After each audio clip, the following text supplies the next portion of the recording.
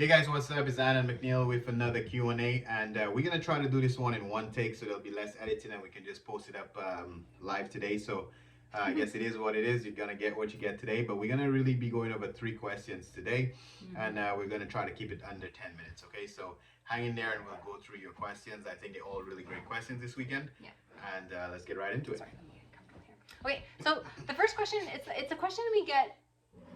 I guess we get it fairly often, which means that maybe the answer is not really entirely clear. New people are asking it. Yeah, exactly. But also, so we're gonna ask it, and then we're gonna review it, and we're gonna address it, and hopefully make it crystal clear.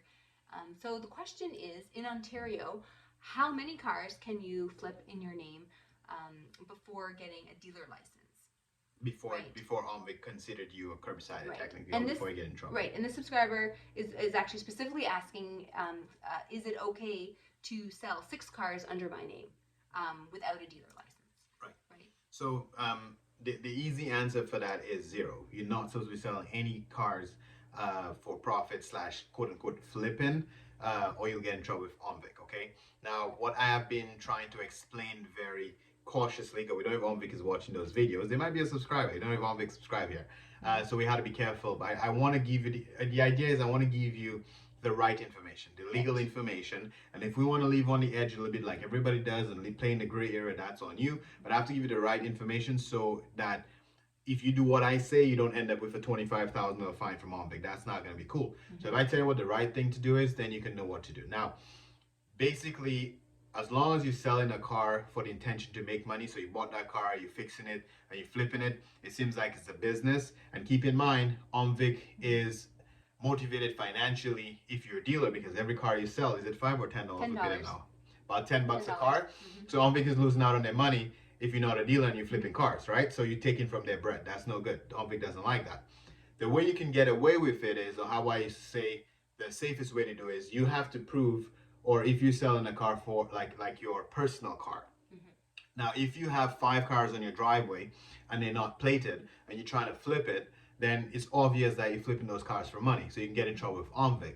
But let's say you buy a car or a pickup truck, something smashed or not smashed, whatever the case may be, and you plate the car as your personal car, and you start driving the car around, and while the car is being used by you, you have it on Auto Trader and Kijiji for sale, OMVIC can't stop you from doing that. Right? Because you can drive your truck for 6 months, 2 months, and if you don't like it again and you want a freaking Prius, and then you realize, I don't want a Prius, I want a Tesla.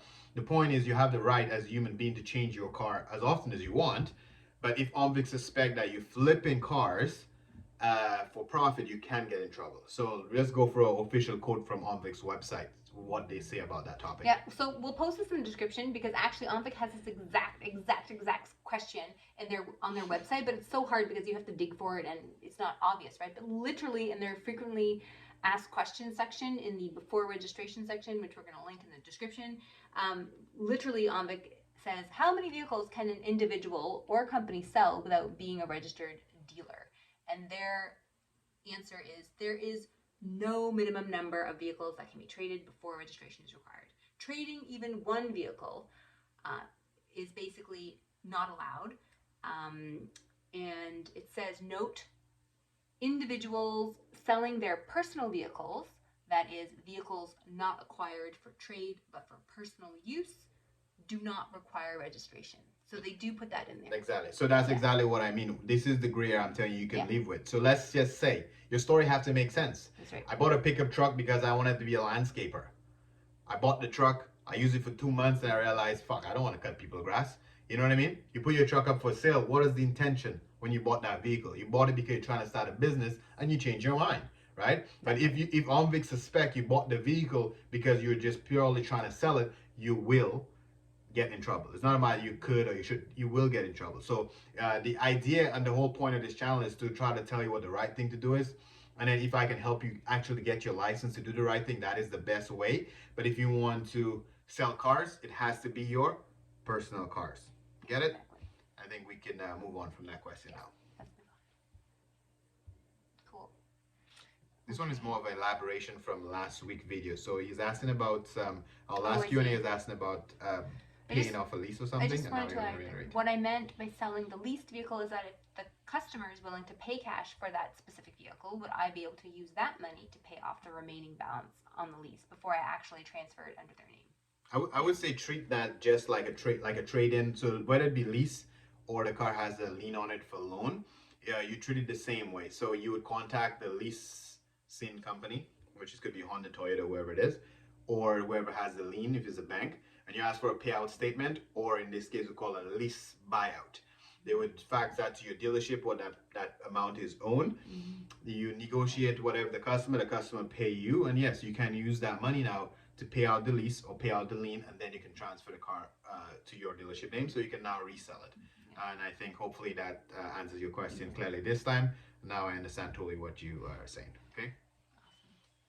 I know it's really hard sometimes, like even when we're responding to comments too, to get everyone on the same page. So we just like quickly browse it and trying to get the information out there. Yeah, exactly. Okay. But I get it now. The last one was really just about. Let me see. I can help you. It would be. Oh, there we go. Oh, that's a good one. Yeah. Is it possible to get a dealer license if you have a criminal record? That's actually a pretty good question. I actually call OMVIC to get an actual statement from them or the process on there. And it's kind of funny how we'll get to that now. You're supposed to be ethical, and as a dealer, they want you to be ethical, but they will never answer that question directly until you put an application in. So the answer I got from OMVIC is not an automatic no. So if you have a criminal record, it doesn't mean that you're just not going to get the license. But neither can you call OMVIC and explain what your criminal record is and be like, hey, can I get the license because I am a smuggler, or I got charged with X, or whatever the case may be. Right. Whereas I'm pretty sure they would know if you tell them what it is, that they will not give you the license or not. But the OMVIC representative explained that you have to put the application in. In other words, they want their $250 processing fee just to tell you yes or no. So I would say if you have a criminal record and you're really serious about getting the license, don't just give up and think that you're not going to get it. Unfortunately, you will have to pay the money of $250. It is, right? Put the application in and get ready to have a good story, because you have to sell yourself. Because based on my understanding, they're gonna do the application process as normal, and they're gonna treat every single criminal record like separate. That's why I always say everything has a story to it. So whether it be whatever it is you do, I can't really say a specific scenario because I don't know what kind of criminal record you have, but you just have to explain to them what happened. It was discharged, it was not discharged, or it was 10 years ago, it was a year ago. You have to sell yourself and show what you've done to change, or whatever the case may be. And if you can sell yourself, because remember, it's an individual, a human being on the other side of that application processing it. So if you can sell your story right, there's a good chance that you may have your license. Now, if you are trying to get, I was just thinking 2 steps ahead. If you're trying to just get your sales license, I also asked the OMVIC person about that, and they're saying it's the exact same process. So even if you're not applying to be a dealer and you're applying to be a salesperson and you have a criminal record, it's also not an automatic no.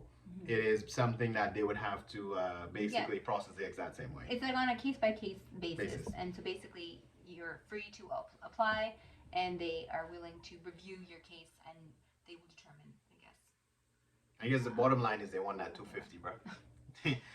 So that's why it's a money. It's a business too. Everything's a business. Yeah, so that's why it's not really necessarily a governing body. If you think of it like they're just trying to do the right thing and protect, and right away it can say if you don't qualify, they can tell you right away. You can tell that it's a for-profit organization where they're just trying to make money. So even if they have an answer for it, they're not going to say it because they want to get a $250. And going back to the curbsiding again, if you curbsiding, you're taking that $10 per car from them, so they don't want that either, right? Because every car in Ontario, imagine every single car that's sold in Ontario, they get $10.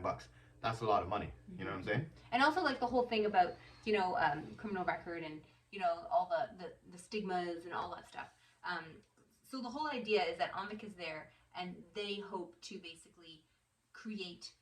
They want to make sure that as a dealer, you are responsible with your finances, you are responsible to the customer, you have a duty of, care to, the customers that you have, and you're also, not gonna, try to rob nobody. Or launder money, or like there's all these. Launder money. Like, you know what I'm saying? Like there's all these, I guess maybe it seems obvious, but So that's what they're hoping. They're approving applicants based on, because you also need finance. It's not just about criminal record. You also need your financial statements. So all your tax information. If you're applying as sole proprietorship and it's under your name. So they need other things too, which can also help carry the application as well. That's so right. If all those other things are perfectly in order, and depending on the criminal record, that's why I guess they encourage. Exact. So everyone's situation is different, but obviously, if all the other things don't add up either, then then it could weigh down the case, to the application, and it could be a no too, right? So, anyways, I guess on a final note here is, if you look at ask yourself, what is the purpose of OMVIC? And OMVIC is basically put in place like consumer protection technically in our industry, right? Yeah. So it's there to protect the consumer, not you. They don't give two shits about you. They're there to protect the consumer. So if your criminal record or your application in general have any issues showing that you may not be able to service the public right, there's a chance you're not going to get it, right? So that's why they're looking at to see if you're financially stable. Because when you think about it, that's a very broad area. Like, I can have $1 million in my bank account, and if I'm trying to open up the type of dealership, I say I'm selling a whole lot of high-end cars, or I may still not qualify based on the type of business plan I put, saying that the type of dealership I want, that may still not be enough money. Whereas you may only have 50 grand in your account, but because of the type of dealership you want, selling winter beaters or whatever, they decide, okay, you have enough money for that. So they want to make sure that if a customer complains, or if there's something you got to do to compensate a customer, you are financially responsible and you can do that. So anything in the application that seems like it's going to affect the public, you may not get it. If you think you can run the business and do what's best for the public, you most likely will get it. So basically, again, what your criminal record is. What's best for you, Neil? That's what you're supposed to do. But on the application, I'm saying, OMVIC is going to make sure that you can, take care of the public in a safe manner. But when you actually get the license, do what's best for you. Yeah. Check that video. I'll put it in the description, the link. Because I think that was our latest video. It's true, because sometimes you get into the business and you forget to do what's best for you. But any final thoughts? We're going to wrap it up now. No, I think that's it, honey, right? That's it. Stuff. Straight into the point. We just wanted to do that on very quickly. And maybe we can just remind everyone that, we do get back to comments. It's sometimes a little slow, and sometimes we like instant gratification for our questions. And as best as we can, right, Neil, we'll try, but we just keep in mind that we dedicated Saturdays to do this, and it makes that's how our during the week we have a real business to run. So this hobby here has not taken off yet, so it's just a hobby. So we're gonna try our best to answer our questions on the weekend. I may give you a little one-liner replies when I have time and I see it during the week, but mainly the weekends are dedicated to do those Q&As. But keep in mind, if you want one-on-one time with us and you want some back and forth, you can always book some consultations online. Again, it's on louison.ca. Again, that is equally only on Saturdays. I have time for that too, but at least I can dedicate an hour to you to answer your pressing questions, okay? And if you don't have too many long questions and just a small conversation piece, hey, we got 15 minutes you can book as well, okay? Thanks for watching, guys. I hope you have a great weekend, or if you're watching that during the week, have a great week. And if you like our content and you want us to reach a broader audience, and you want to subscribe, like, share, we appreciate you. And I'll catch you in the next one. Peace.